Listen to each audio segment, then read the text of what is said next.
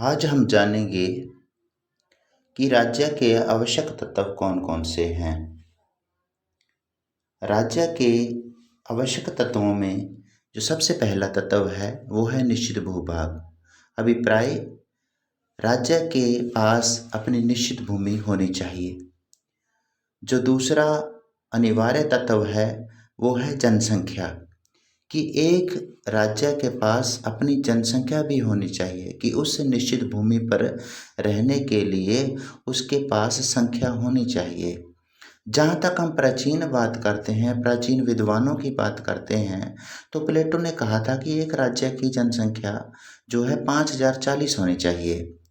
उसी तरह से रूसो ने भी एक कहा था कि एक राज्य की जो जनसंख्या है वो 10,000 होनी चाहिए। लेकिन वर्तमान परिस्थितियों में एक राज्य के पास उतनी जनसंख्या होनी चाहिए कि जो सारे संसाधन हैं उस जनसंख्या को पूरे आ सकें, यानी कि अपनी आवश्यकताओं की पूर्ति के लिए उन्हें किसी और पर निर्भर ना रहना पड़े। जो तीसरा राज्य का आवश्यक तत्व है वो है सरकार, कि जनता को व्यवस्थित करने के लिए या व्यवस्था को, राज्य की व्यवस्था को समुचित रूप से चलाने के लिए सरकार का होना अति आवश्यक है।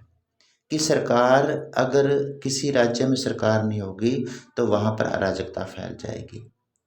जो चौथा और बहुत महत्वपूर्ण तत्व है वो है प्रभुसत्ता।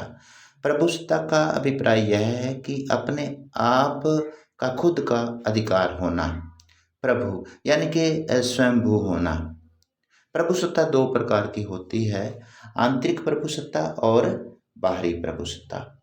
आंतरिक प्रभुसत्ता का अभिप्राय यह है कि एक राज्य अपने अंदर किसी भी दबाव में नहीं है।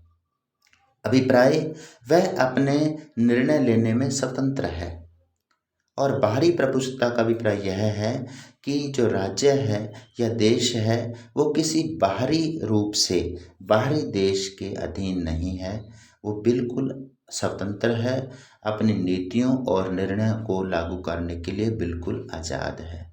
तो ये थे आज राज्य के आवश्यक तत्व।